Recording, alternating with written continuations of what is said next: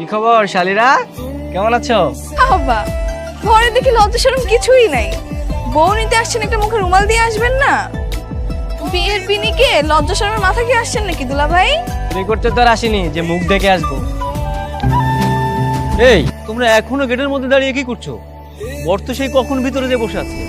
যাও যাও ভিতরে যাও। মানে বর ভিতরে আছে, তাহলে উনি কে? আরে ও তো বরের ছোট ভাই। যাও যাও বাবাজি, ভিতরে যাও, যাও যাও। কি এই ধরতে বাটপারদের?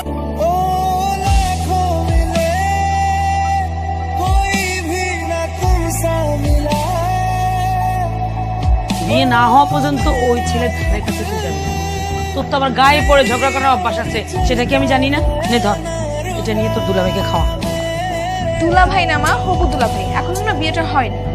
আর ছেলে পক্ষের যে ব্যবহার দেখতেছি, বিয়ে ভাঙার সম্ভাবনাটাই বেশি।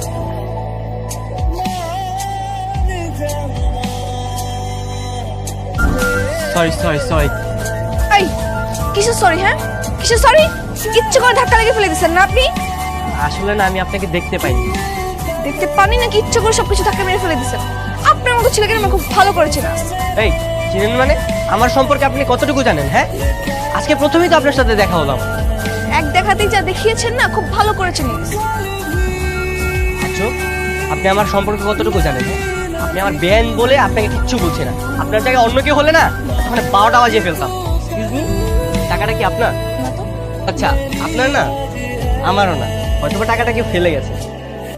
আচ্ছা যাই হোক, আমরা 50-50 করে নিই। হ্যাঁ, 50 আপনার, 50 আমার। আচ্ছা আপনার নামটা জানি কি বলেছিলেন? তো তাতে নাম ভুলে গেলেন? তাহলে তো নাম্বারটাও ভুলে গেছেন, তাই না? শোনেন, এসব টাকা ফেলে দিয়ে নাম জিজ্ঞেস করার থিওরিটা না অনেক পুরনো হয়ে গেছে। এসব চিপ হিউমার দিয়ে আমাকে প্রেস করতে পারেন। আচ্ছা আপনি এত কথা কথা রেগে যান কেন বলেন তো? এত রাগ কিন্তু স্বাস্থ্যের জন্য ভালো না। রাগের টাকা কিছু দেখেনি, আসার পর থেকে একের পর এক উল্টাপাল্টা কাজ করে যাচ্ছে।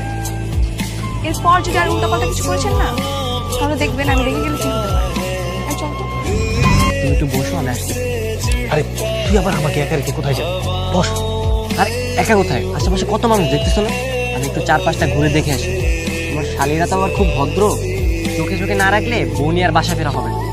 এই দেখি, যাচ্ছি। এই জুতোগুলোকে লুকিয়ে রাখতে হবে, আর তুই দাঁড়িয়ে দাঁড়িয়ে পাহাড় দিবি। কেন লুকাবো? তুমি কি চুরি করেছো? হ্যাঁ, দুলাভাইয়ের কাছ থেকে চুরি করে আছে। এখন এগুলো তুই পাহাড় দিবি। কি করছো? আর কি করবো? জুতো পাহারা দিচ্ছি দুলা ভাইয়ের। জুতো পাহারা দিচ্ছ? তোমাকে কে জুতো পাহারা দিতে বলেছে? কি আবার বলবে? আপি। আচ্ছা, তোমার মিমাপি তাহলে এই কথা বলেছে? এই 100 টাকা নাও, তুমি হচ্ছে চকলেট কিনে বাইরে ঘোরাঘুরি করো, ঠিক আছে? আর তোমার জুতোগুলো আমি পাহারা দিচ্ছি। আরে ভাইয়া, তোমার জুতা তো নাই, আমার জুতা আছে, তোমারটা কোথায়? হায় আল্লাহ, দুলাভাই জুতো নেই। তাহলে দুলাভাই এখন খালি পায়ে কিভাবে যাবে? ও আচ্ছা, এর মানে জুতো আপনারা চুরি করেছেন তাই না? আমরা কেন চুরি করবো? আমরা কি চোর নাকি? আমরা তো দুলাভাই জুতো সযত্নে রেখে দিয়েছি। এক কাজ করেন, 5,000 টাকা বের করেন, আমরা নিজেরাই দুলাভাই জুতা পায়ে পরিয়ে দেব। আপনি জুতো নিয়ে এসেন, আমরা টাকা দিয়ে দিচ্ছি। তা তো হবে না। আগে আগে জুতো দিয়ে দিলে পরে আবার গেটের মতো ধান্দাবাজি শুরু করে দিবেন। আগের টাকা, তারপর জুতা। কোনো সমস্যা নেই।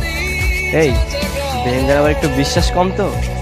বেন সাহেব, মনটা একটু নরম করেন, মানুষদের একটু বিশ্বাস করতে শেখেন। বক্স তো খালি, জুতা কোথায়? আরে জুতো নাই মানে কি বেন সাহেব? টাকার জন্য কি আবার জুতা চোরাই বাজারে বিক্রি করে দিয়ে আসছেন নাকি? তা না পেলে কিন্তু জরিমানা সহ 10,000 টাকা দিতে হবে। কেন 10,000 টাকা আবার কেন জরিমানা দিব আমরা? আপনার টাকা লাগবে না আমাদের, এনেন ফেরত নেন। এটাও তো ঠিক মতো শিখলেন না। আপনার চুরির হাত মুখ কাঁচা। এই ভাইয়া চলো যাই আমরা। এই, এত ভয় করলে চলবে? আমি আছি না, তুই শুধু দেখ বেয়াই কিভাবে এবার 12টা বাজে। আয়, বেয়াইকে আমি নিজ হাতে বেড়ে খাওয়াবো।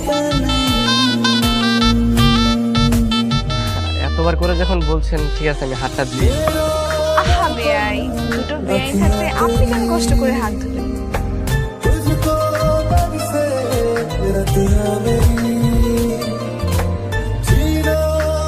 বেন, আমি একটু আসছি। কোথায় যাচ্ছেন বেয়াই? রোস্ট খাবেন না? বেয়াই রোস্ট খেয়ে যান। অ্যাকচুয়ালি আপনার সাথে না আমার কিছু পার্সোনাল কথা ছিল। ও আচ্ছা, তো বলেন। এখানে বলবো?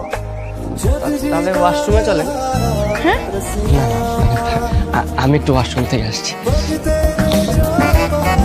মাশাআল্লাহ, আমার মেয়েরে কি সুন্দর লাগতেছে।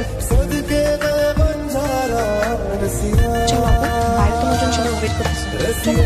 যা মা, বাইরে সবাই অপেক্ষা করতেছে, তুমি ওরে নিয়ে যা, আমি এদিকটা গুছিয়ে নিতেছি। চল। কি আমাদের সাথে যাবে? আরে মেয়ের বোন মেয়ের সাথে যাবে না? তাই নাকি? তাহলে তো ব্যাপারটা জমি ক্ষীর।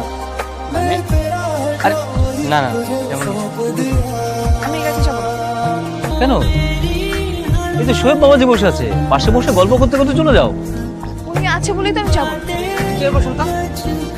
আরে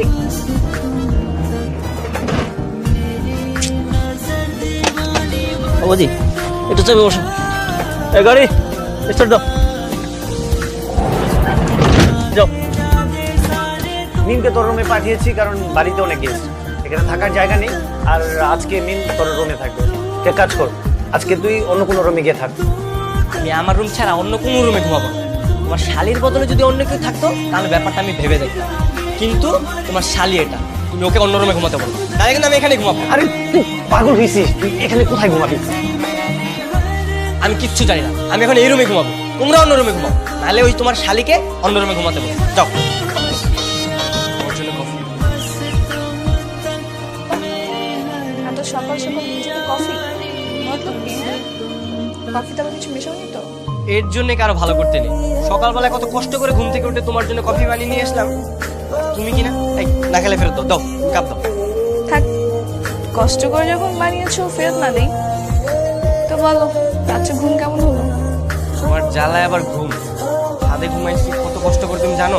মশার যন্ত্রণায় ঘুমানো যায় না। তোমার বাসা থাকবে না। দুলা ভাইকে বলো আমাকে এক্ষুনি বাসা পৌঁছে দিয়ে আসতে। কিন্তু কেন, কি হয়েছে?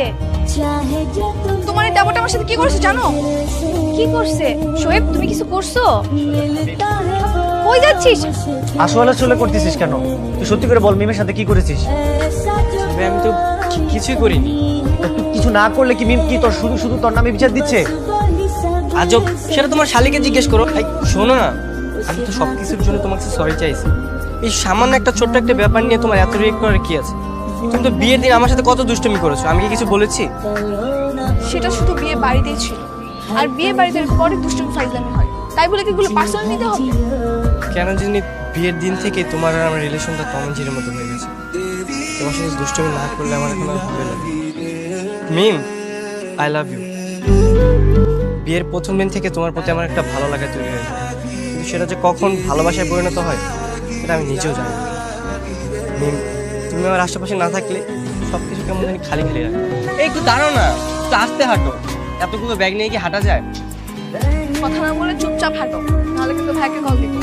এখানে সবগুলো শপিং তো তোমারই, তাহলে কাজের লোকের মতো আমাকে দিয়ে কেন টানাচ্ছ? সকালে যে আমার সাথে ফাইজলামিটা করেছো না, এটা তারই শাস্তি। মিম দাঁড়াও, তুমি এইভাবে আমাকে ইগনোর করছো কেন? কেন ইগনোর করছি সেটা তুমি খুব ভালো করে জানো। আমি জানি তুমি আমাকে পছন্দ করো, তুমি আমাকে ভালোবাসো, সেটা বললে সমস্যা কি? দেখো, আমি চাই না আমার জন্য আমার বোনের সংসারে কোনো ঝামেলা। তুমি তোমার বোনের জন্য তোমার নিজের পছন্দ কিভাবে স্যাক্রিফাইস করবা? আমার এখানে থাকাটা ঠিক হবে না। আমি কালকে চলে যাবো। তোমার ভালোবাসার মানুষকে এভাবে যেতে দিতে পারবো না। আর তুমি আমাকে ভালোবাসো, সেটা ভাইয়া ভাবি জানলে সমস্যা কি? আমরা কি কিন্তু ছোট নাকি বলো? মিম, এসব কি হচ্ছে? আপু চুপ কর, তুই কি এসব করার জন্য এখানে আসছিস? ভাবি ওর কোনো দোষ নেই। তুমি চুপ করো, তোকে কালকে আমি বাড়ি পাঠানোর ব্যবস্থা করতেছি। হ্যালো বাবা, মিমের দুলাভাই ওকে স্টেশনে তুলে দিয়ে আসছে, তুমি ওখান থেকে এসে ওকে নিয়ে যাও।